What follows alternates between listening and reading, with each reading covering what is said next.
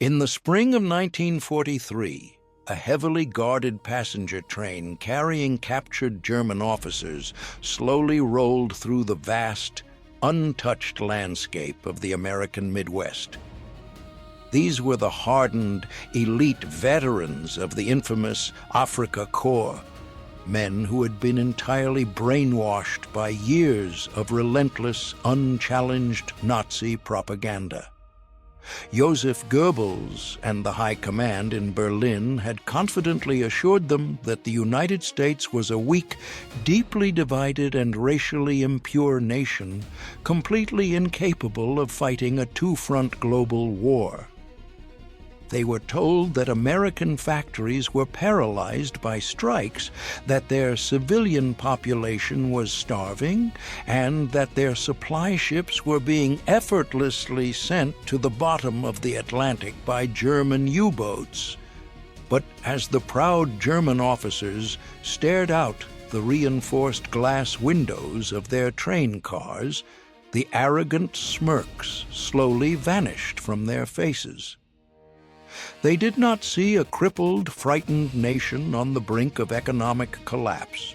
They saw an endless, terrifying expanse of massive steel mills, glowing blast furnaces, and sprawling city-sized factories operating 24 hours a day, completely untouched by enemy bombs.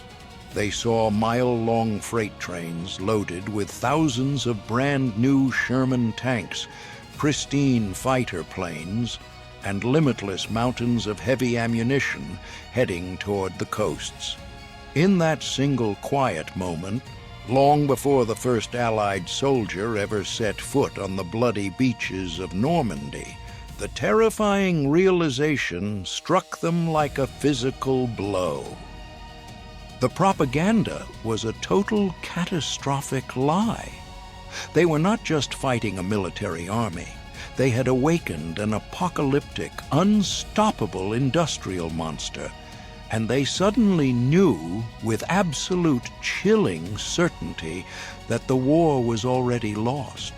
To truly understand the absolute, earth-shattering psychological collapse that awaited the German prisoners of war upon their arrival in the United States, we must first meticulously examine the elaborate, deeply entrenched fantasy world they had been living in for over a decade. By the spring of 1943, the German Wehrmacht had conquered a vast, unprecedented portion of the European continent. From the frozen, blood-soaked steppes of the Soviet Union to the burning, unforgiving sands of North Africa, the German soldier felt completely, undeniably invincible. This supreme, unshakable confidence was not merely born from a string of brilliant tactical military victories on the battlefield. It was heavily, artificially manufactured by one of the most effective, terrifying, and completely manipulative propaganda machines in human history. The Ministry of Public Enlightenment and Propaganda, ruthlessly commanded by Dr. Joseph Goebbels in Berlin.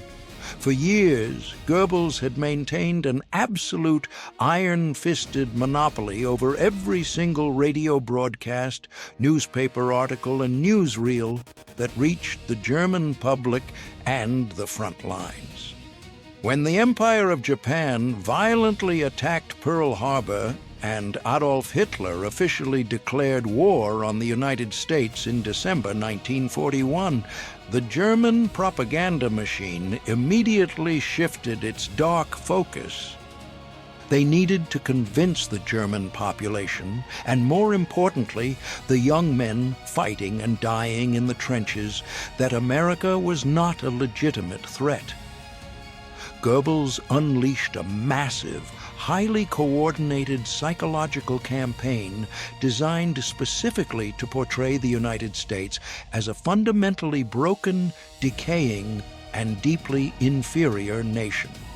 The German soldiers were repeatedly, endlessly told that America was a culturally bankrupt land composed entirely of greedy capitalists, ruthless gangsters, and undisciplined degenerates. According to the official Nazi state narrative, American society was deeply paralyzed by endless racial conflicts and crippling labor strikes. They painted a grim, entirely fictional picture of the United States as a nation on the very brink of total economic collapse. German newspapers published highly doctored photographs of breadlines from the Great Depression, claiming that the American civilian population was currently starving in the streets. They proudly mocked the American military establishment, claiming it was completely devoid of any real ancient warrior tradition or true martial spirit. The German High Command confidently assured their elite troops that the young boys from the farms of Kansas and the streets of New York were too soft to fight.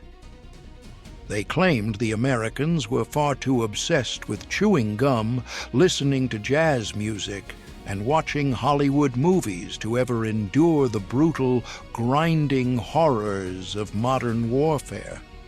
Furthermore, the propaganda machine heavily emphasized the absolute, terrifying supremacy of the German Kriegsmarine and their deadly U-boat fleets. During the early months of 1942, an incredibly destructive period the German submarine commanders happily referred to as the happy time.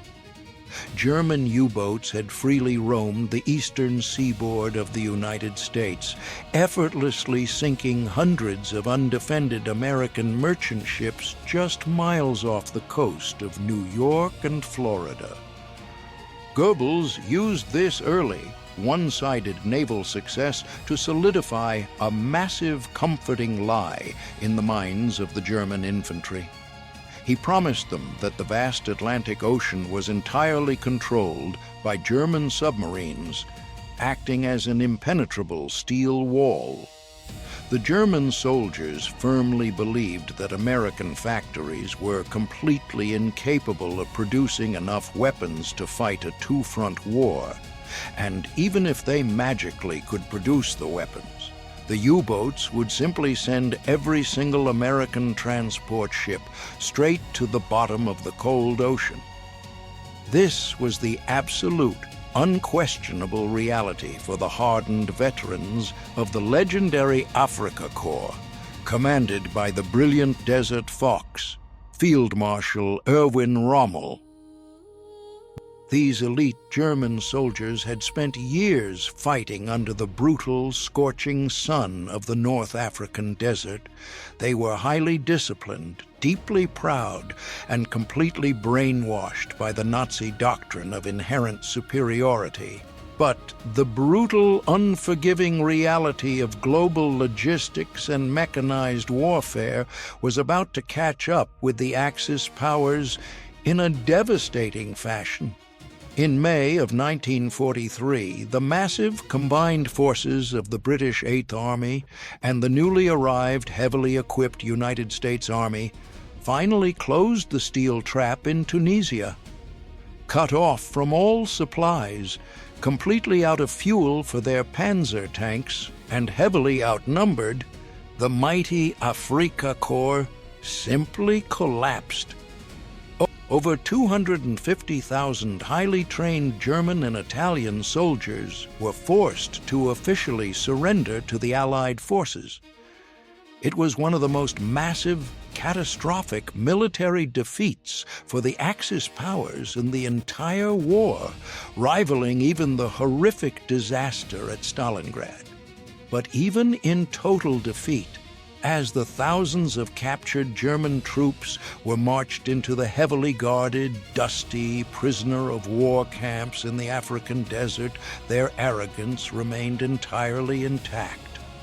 They marched in perfect, highly disciplined formation, proudly singing traditional German marching songs, completely defiant in the face of their American captors.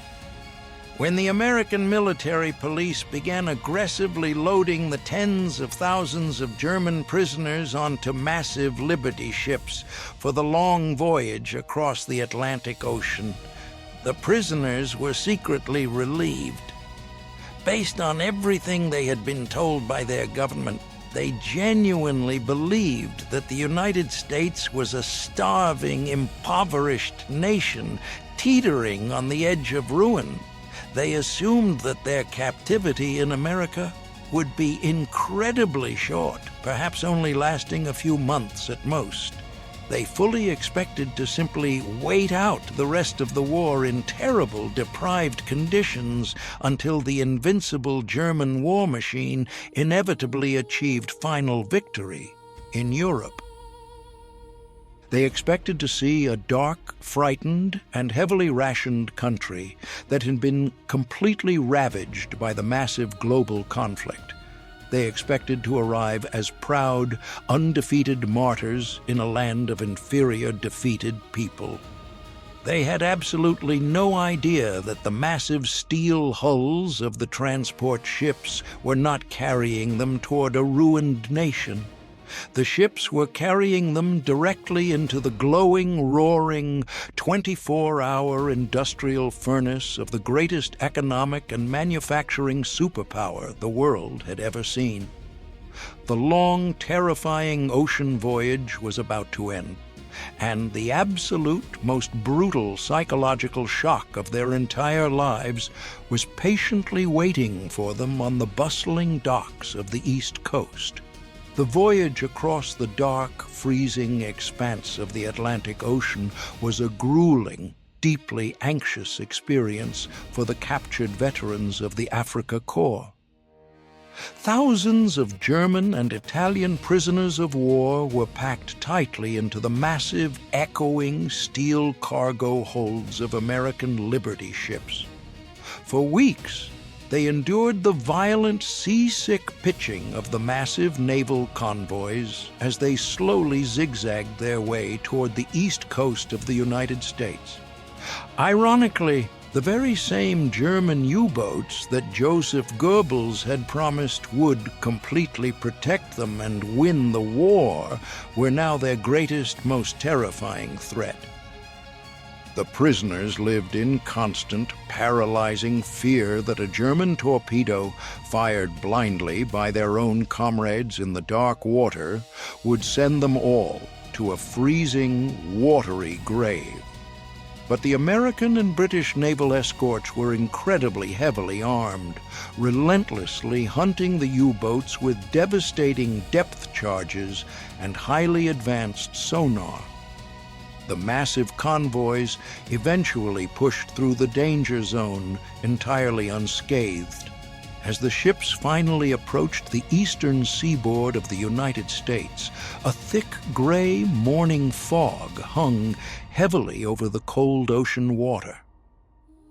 The German officers and enlisted men crowded eagerly against the steel railings of the transport ships, desperately peering into the mist.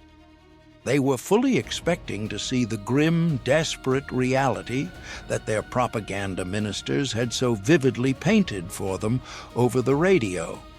They expected to see the blackened, burning ruins of a crippled American infrastructure destroyed by sabotage and societal collapse. They expected to see a starving, deeply impoverished population living in fear, rationing every single piece of coal and every single drop of oil to survive. But as the heavy sea fog slowly began to burn away under the morning sun, the very first chilling cracks in the Nazi narrative began to painfully emerge. The first massive structure to piece the mist was the towering, iconic, copper-green silhouette of the Statue of Liberty. It stood as a silent, monolithic, and completely untouched sentinel guarding the massive entrance to the New York harbor. As the Liberty ships slowly sailed past the massive statue, the full, breathtaking and terrifying scale of Manhattan Island was finally revealed to the prisoners.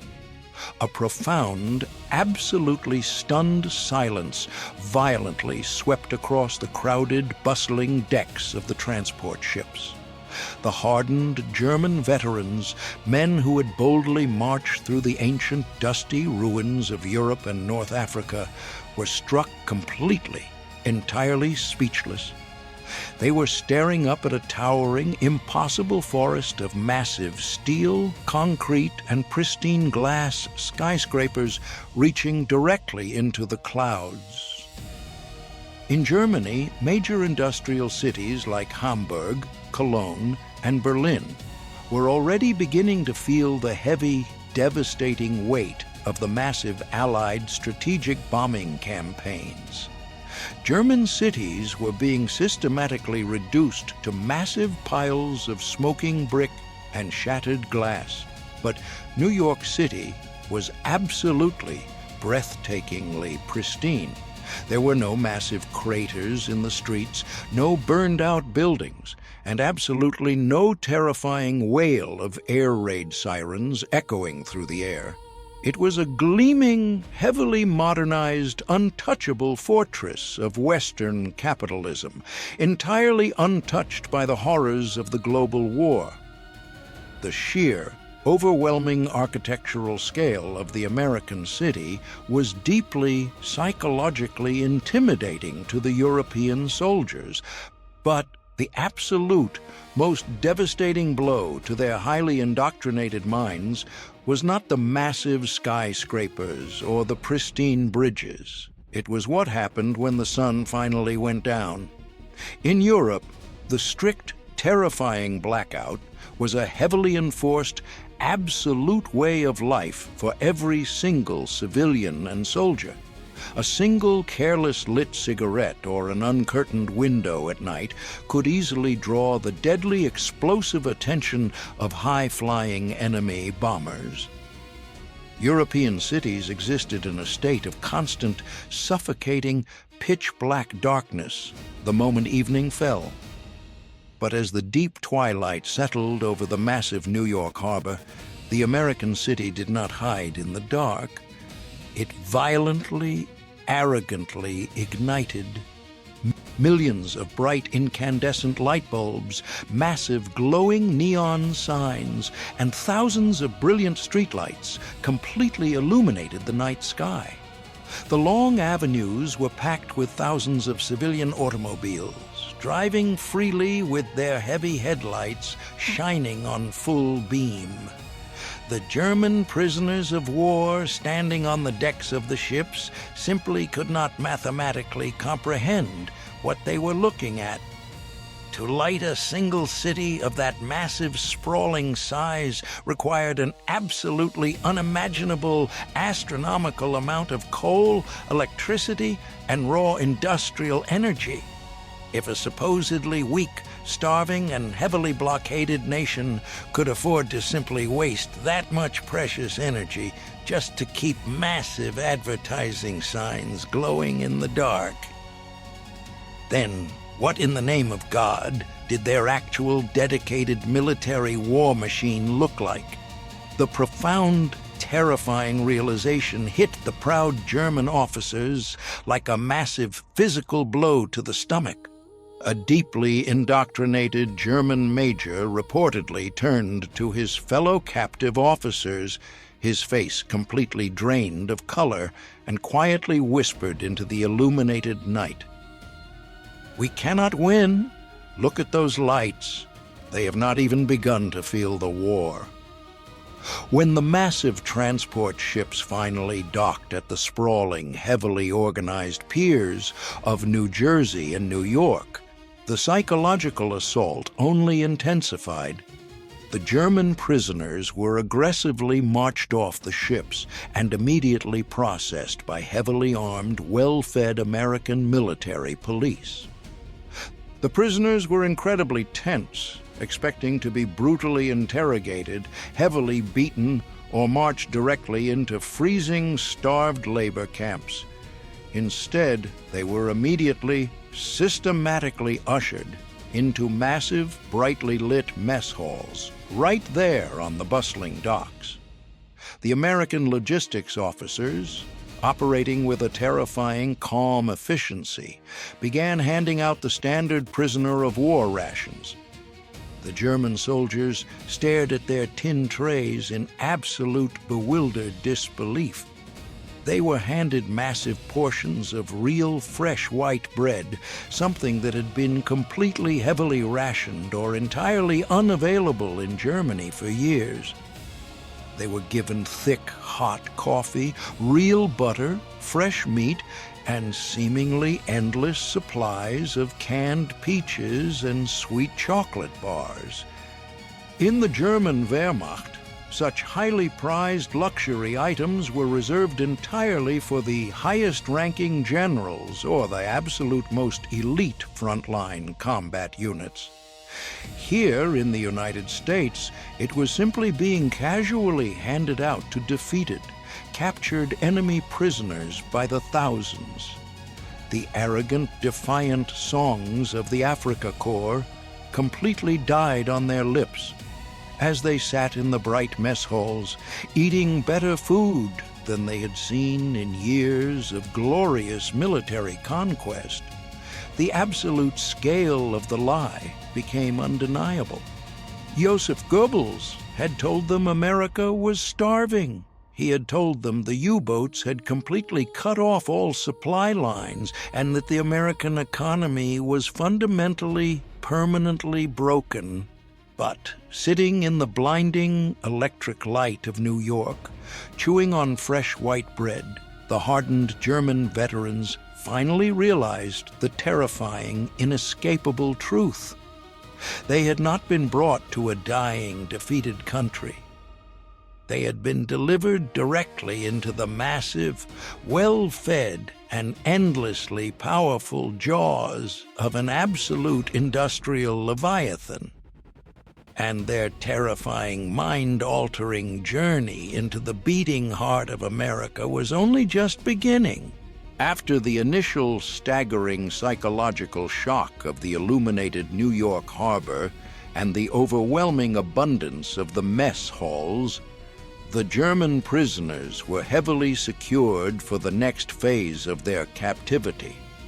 The thousands of captured Afrika Korps veterans were marched under heavy armed guard to the massive, sprawling railway stations of the American East Coast. Based on their own dark, brutal experiences in the European theater, the German officers and enlisted men firmly believed they knew exactly what was coming next. In the German military logistical system, troops and prisoners of war were routinely and ruthlessly transported across the continent in freezing, uninsulated wooden freight cars. These notorious boxcars were incredibly cramped, completely devoid of any basic human sanitation, and offered absolutely no protection from the freezing Russian winters or the burning Mediterranean sun. The German prisoners naturally braced themselves for a horrific, agonizing journey across the vast, unknown American continent in similar, deeply inhumane conditions. Instead, they were systematically marched onto the platforms and directed to board massive, pristine fleets of American passenger trains.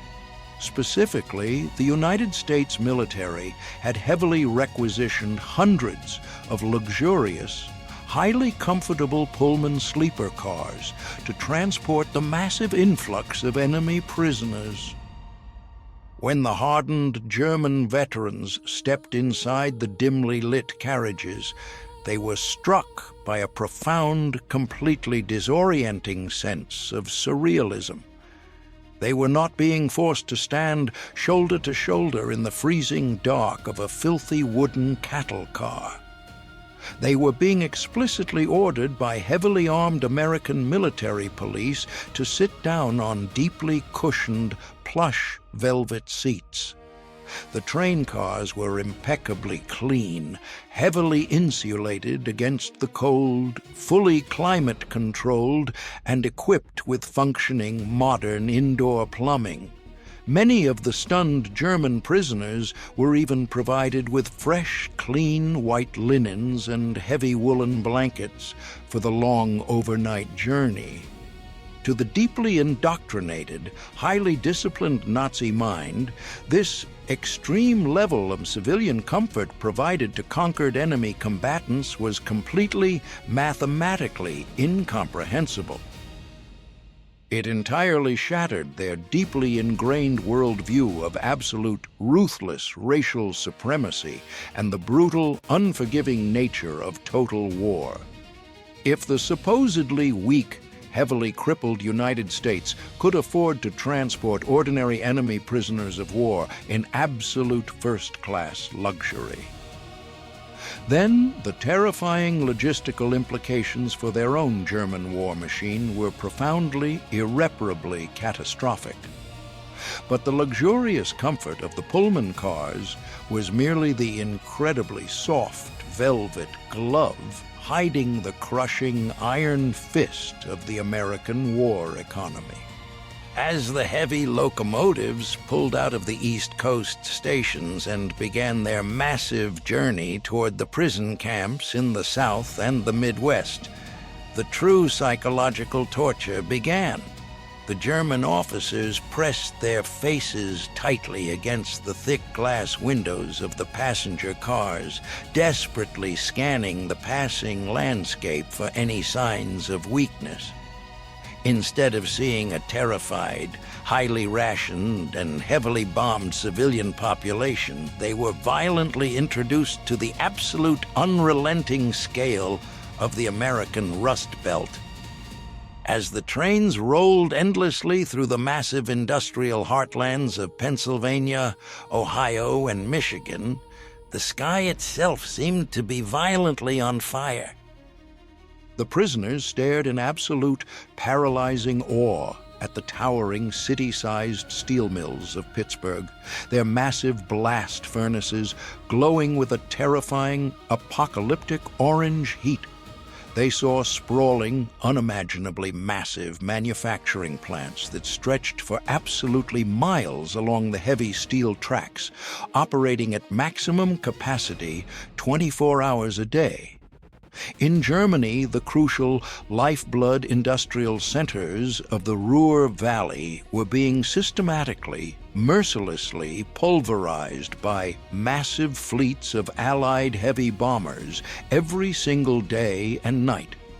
German factory workers had to hide in deep, dark concrete bunkers while their heavily engineered assembly lines were violently reduced to smoking piles of twisted metal and shattered brick. But here, deep in the untouched, heavily protected American heartland, there was absolutely no threat of enemy bombers falling from the sky. The towering smokestacks billowed thick, black, uninterrupted clouds of industrial progress directly into the peaceful American atmosphere. The factories were incredibly bright, heavily illuminated, and churning out massive, staggering quantities of war materials at a pace that absolutely defied human logic. However, the most deeply terrifying, soul-crushing sight for the German military officers was not the massive factories themselves, but what was rolling out of them. As their comfortable passenger train traveled westward across the vast, seemingly endless American plains, they were constantly passed by heavily loaded freight trains traveling east toward the Atlantic ports. These were not standard, ordinary supply trains. These were massive, mechanized leviathans of modern logistics.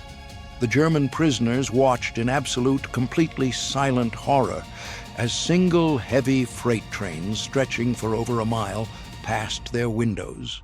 Flatbed car after flatbed car rolled relentlessly by, completely loaded with thousands of brand-new olive-drab M4 Sherman tanks, heavy half-tracks, and massive self-propelled artillery pieces. They saw hundreds of pristine, heavily armed fighter planes and massive, multi-engine bombers, partially disassembled and securely strapped to the heavy steel rail cars.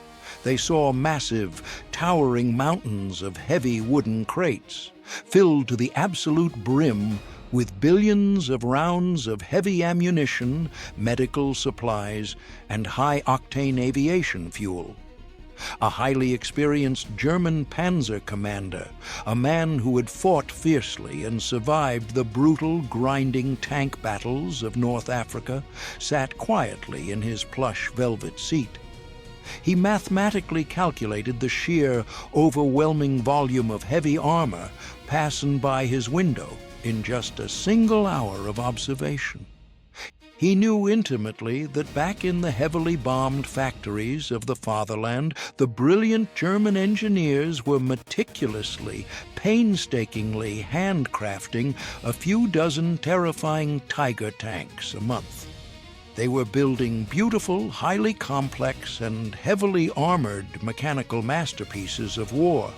But looking out the window of the American train, the horrific, undeniable mathematical reality of the global conflict finally crushed his deeply indoctrinated spirit. The United States was not building mechanical masterpieces. They were brutally, efficiently stamping out massive, unstoppable numbers of heavy tanks like they were cheap civilian automobiles.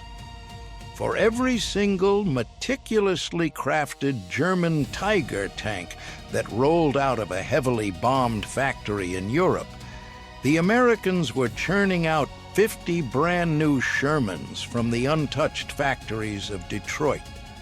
The brilliant, highly sophisticated engineering of the German military machine was completely, entirely irrelevant in the face of this endless, terrifying industrial tidal wave. Furthermore, the sheer, unimaginable geographical vastness of the American continent began to heavily weigh on the prisoners' minds. In the claustrophobic, heavily crowded borders of Europe, a high-speed train journey of 2 or 3 days would take an army across multiple, entirely different sovereign countries. But the German prisoners had been traveling continuously on the heavy American trains for 3 full days and nights at high speed, and they were still in the exact same country. The United States was so incredibly massive, so completely rich in raw materials, timber, coal, and oil, that it functioned as an entirely self-sustaining, deeply isolated fortress continent. The arrogant, deeply comforting lies of Joseph Goebbels and the Nazi High Command had been violently, permanently stripped away. The U-boat blockade had clearly failed to slow down this massive, roaring engine of industrial death. The American civilian population was clearly not starving, they were not heavily divided, and they were most certainly not weak. As the heavy trains finally began to slow down near the sprawling, heavily guarded prisoner-of-war camps located in the deep American South, the German officers were completely, entirely broken men. They did not surrender on the bloody, muddy battlefields of Europe, and they did not surrender in the burning sands of North Africa. Their proud, fanatical Nazi spirit officially died staring quietly out the reinforced glass window of a luxurious American passenger train, completely crushed under the overwhelming, terrifying weight of American industrial reality.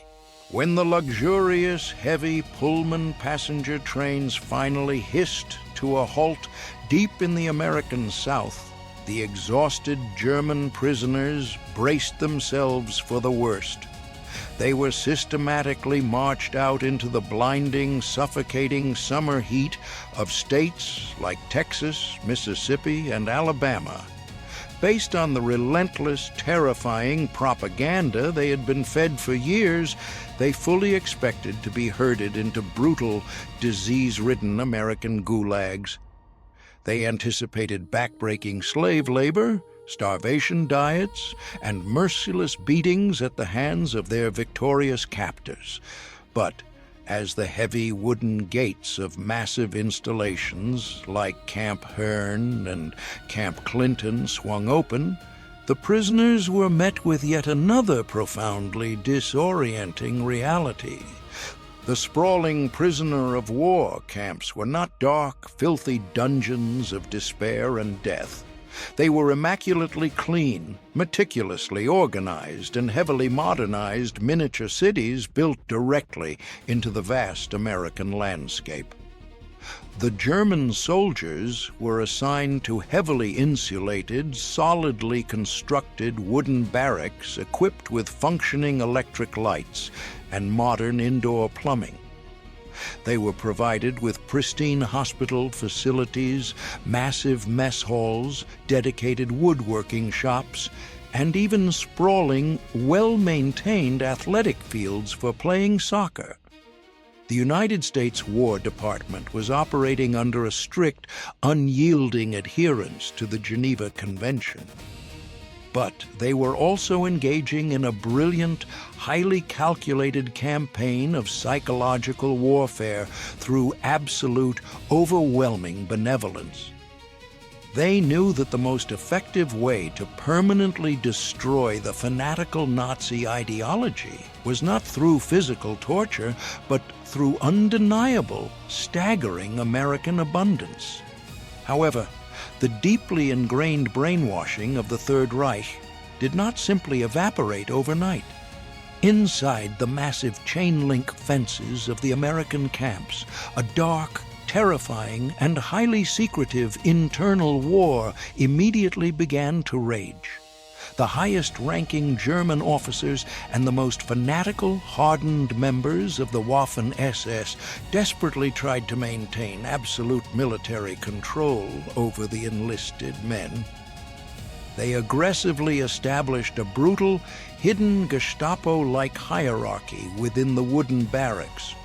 These hardcore Nazi loyalists violently demanded that every single prisoner continue to give the Hitler salute, sing the party anthems, and maintain absolute faith in the final German victory. If a young, exhausted German soldier dared to openly question the war, or if he showed too much friendly gratitude toward the American Guards, the consequences were terrifying. The fanatical loyalists would hold secret, illegal tribunals in the dead of night, often resulting in brutal, savage beatings or even coordinated murders inside the camp walls. They were desperately, violently trying to hold on to a crumbling, hateful ideology that was being completely contradicted by everything they saw around them. Because outside the dark, paranoid whispers of the barracks, the absolute reality of the American capitalist machine was slowly, methodically seducing the German army. With millions of young American men currently fighting overseas in the Pacific and European theaters, the United States faced a massive, crippling shortage of agricultural and industrial labor. To solve this, the American government offered the German prisoners of war a highly organized, heavily supervised opportunity to work. Hundreds of thousands of captured German soldiers were sent out into the sprawling American heartland to pick heavy cotton, harvest massive wheat fields, and work in bustling civilian lumber yards. For the hardened veterans of the Africa Corps, this physical labor in the hot sun was not a punishment. It was a deeply welcome, healthy escape from the boredom of the camps.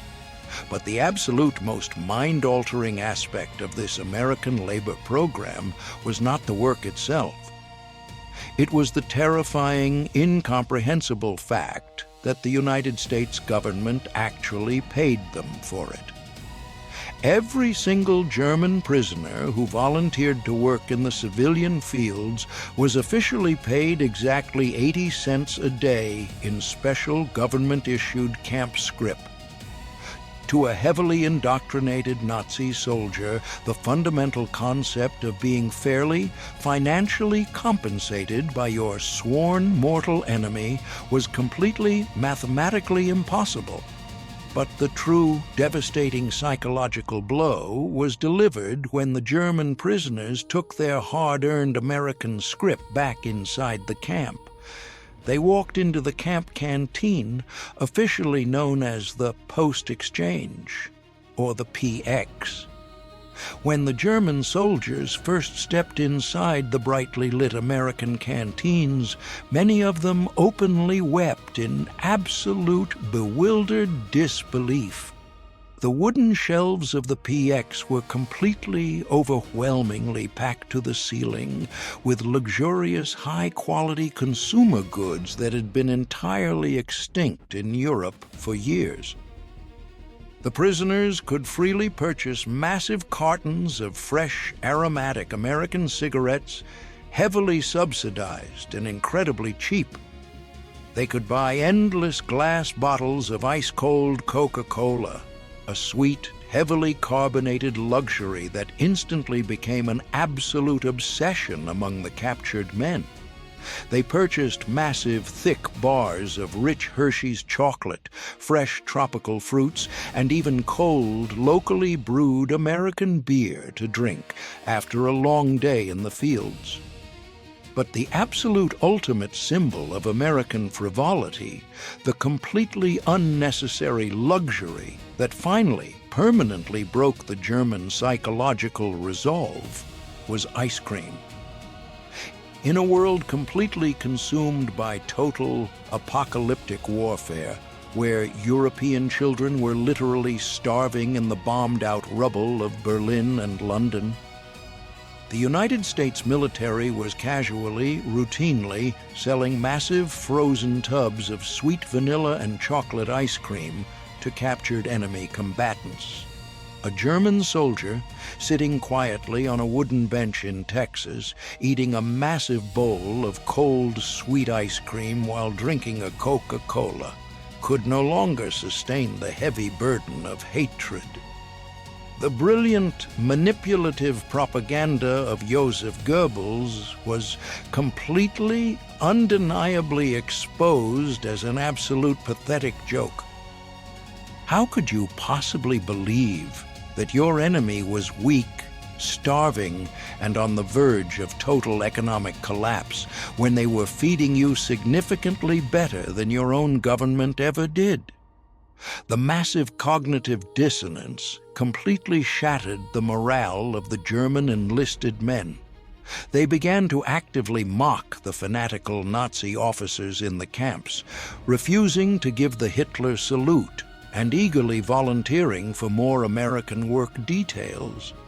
They started writing thousands of heavily detailed letters back home to their families in Germany, desperately trying to explain the surreal, completely unbelievable reality of their captivity. They wrote enthusiastically about eating fresh roasted meat, drinking cold beer, going to American movie theaters inside the camps, and gaining healthy weight. But when these joyful, enthusiastic letters finally reached the dark, starving, heavily bombed ruins of the German homeland, they caused absolute, unintended chaos. The Nazi military censors who intercepted and read the mail were completely, furiously convinced that the letters were elaborate, deeply cruel American psychological operations. The German government officially warned civilian families that their captured sons were clearly being brutally, mercilessly tortured. They claimed the Americans were physically forcing the prisoners at gunpoint to write ridiculous, highly exaggerated lies about eating ice cream and chocolate just to mock the starving German people. The tragic, deeply ironic truth was that the German High Command simply could not mathematically comprehend the sheer, overwhelming reality of American abundance. The iron grip of the Third Reich was officially broken, not by the heavy tracks of a Sherman tank, but by the undeniable, terrifying power of a cold Coca-Cola and a peaceful night of sleep. The gilded cage of the American prisoner of war camps had successfully, permanently neutralized the most fanatical army in human history. In the late, bright spring of May 1945, the incredibly bloody, catastrophic global conflict in Europe finally violently ground to an absolute halt. The deeply fanatical, apocalyptic dream of the thousand-year Reich had been entirely, systematically crushed under the heavy tracks of Allied tanks and the relentless, deafening roar of strategic bombers. Adolf Hitler was dead in his dark subterranean Berlin bunker, and the surviving remnants of the German High Command had officially, unconditionally surrendered to the Allied powers. When the massive, world-altering news of the total German capitulation finally reached the sprawling prisoner-of-war camps in the American South and Midwest, the reaction was deeply, profoundly divided. For the vast majority of the young, exhausted German enlisted men, the news brought an overwhelming, quiet sense of absolute relief. They knew that the horrific, mechanized slaughter was finally over, and that they would eventually be allowed to return home to their surviving families. But for the most hardcore, deeply indoctrinated Nazi officers and the fanatical loyalists of the SS hiding within the camps, the surrender was a completely incomprehensible, mathematically impossible nightmare. They had violently clung to the desperate, delusional hope that a miraculous, highly advanced German wonder weapon would magically turn the tide of the entire global war at the very last second.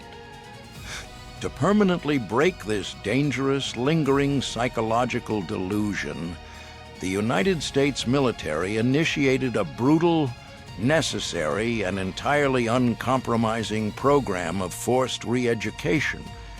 The American camp commanders ordered every single German prisoner of war, regardless of rank or prior military status, to immediately assemble in the dark, wooden camp theaters. They locked the heavy wooden doors from the outside, turned off the bright electric lights, and violently started the loud, clicking film projectors. The American military did not show them heavy-handed, theatrical propaganda films or highly orchestrated political speeches. They showed them the absolute, unedited, and entirely raw combat footage recently captured by the advancing Allied armies as they liberated the dark, frozen heart of Europe. The German prisoners sat in the suffocating darkness and watched in absolute, paralyzing, and stomach-turning horror. They saw the massive, sprawling, and deeply mechanized extermination camps of Buchenwald, Dachau, and Auschwitz. They saw the terrifying skeletal remains of millions of innocent human beings piled high, like cordwood, in the freezing mud. They watched the horrific, irrefutable visual evidence of the absolute darkest, most systematic, and mechanized evil ever perpetrated in the entire history of human civilization. For many of the German soldiers, men who had proudly and fiercely fought for what they genuinely believed was the glorious, honorable defense of their historic homeland, the psychological collapse was absolute. The profound, agonizing realization that they had sacrificed their youth, their blood, and their comrades to defend a regime of such unimaginable, monstrous cruelty completely shattered their souls. hardened veterans of the Africa Corps, men who had boldly survived the most brutal artillery barrages and tank battles, openly wept in the dark, hiding their faces in their hands.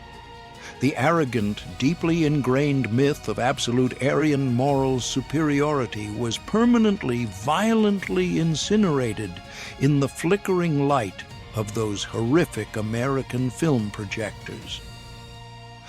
By the early months of 1946, the massive, monumental logistical process of repatriating the defeated enemy army officially began. Hundreds of thousands of heavily subdued, quietly reflective German prisoners were systematically loaded back onto the massive American transport ships for the long, somber voyage back across the Atlantic Ocean. They were leaving the luxurious, well-fed, and incredibly peaceful gilded cage of the American Midwest, heading directly back into the dark, unknown abyss of a completely destroyed continent.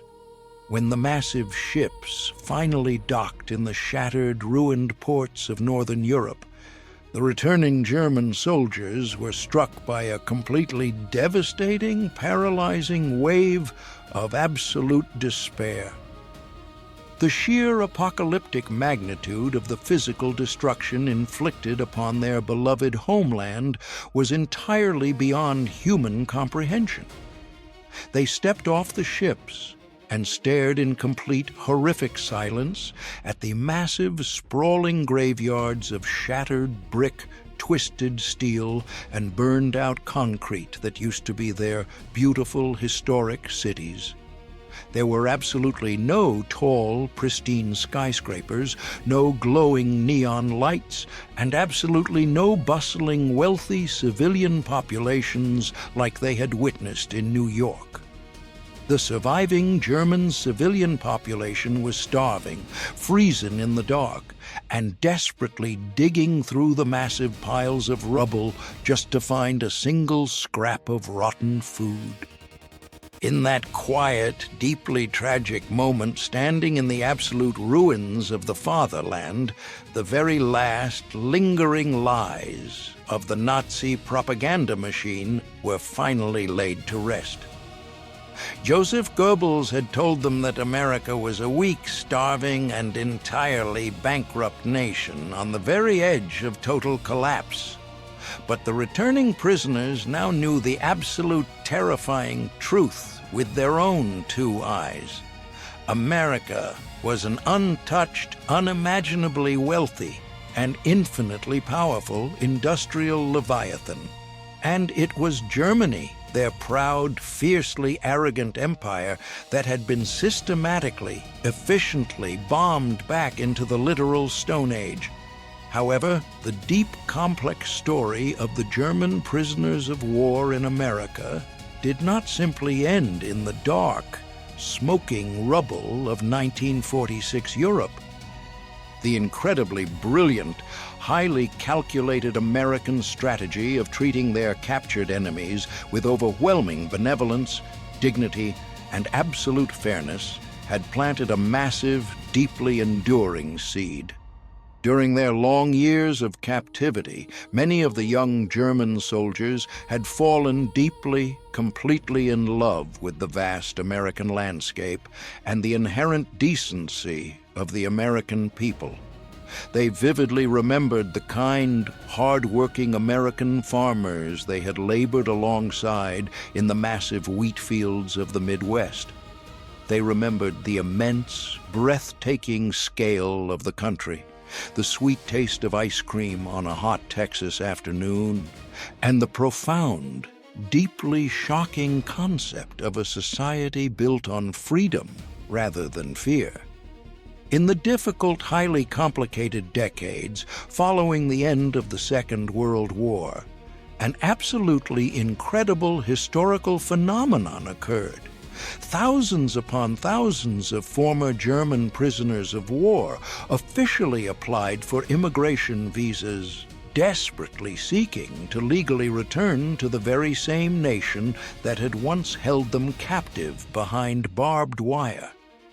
They packed up their few remaining belongings, left the painful, dark ruins of the European continent behind forever, and sailed back across the Atlantic Ocean to officially become proud American citizens.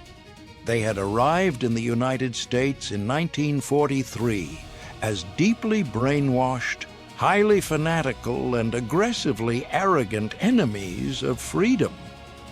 But they ultimately returned as incredibly grateful, hard-working immigrants, fully ready to help build the exact same massive industrial engine that had completely defeated them.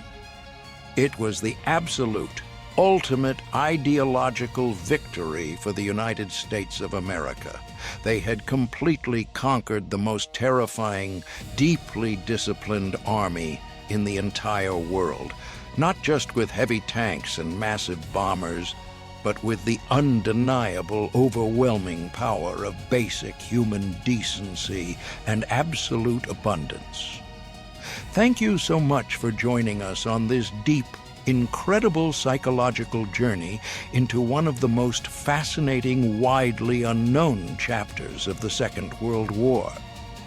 If you truly enjoyed this massive, feature-length historical documentary, please do us a massive favor and physically crush that like button right now. It heavily impacts the YouTube algorithm, allowing us to continue digging up these incredible, deeply forgotten tales of military history for you every single week. Make absolutely sure you hit that subscribe button and firmly ring the notification bell so you never, ever miss our upcoming highly detailed historical deep dives. We have a massive, incredible backlog of untold stories regarding terrifying weapons, brilliant strategic blunders, and the sheer, unbroken resilience of the human spirit coming your way very soon. And before you leave this battlefield, we want to hear directly from you down in the comments section below. What specific, terrifying, historical topic, legendary tank battle, or forgotten military campaign should we completely uncover in our next massive video? Your comments directly dictate the future of this channel, so let us know exactly where we should deploy next. Until then, respect the past, stay deeply curious, and we will absolutely see you on the next battlefield.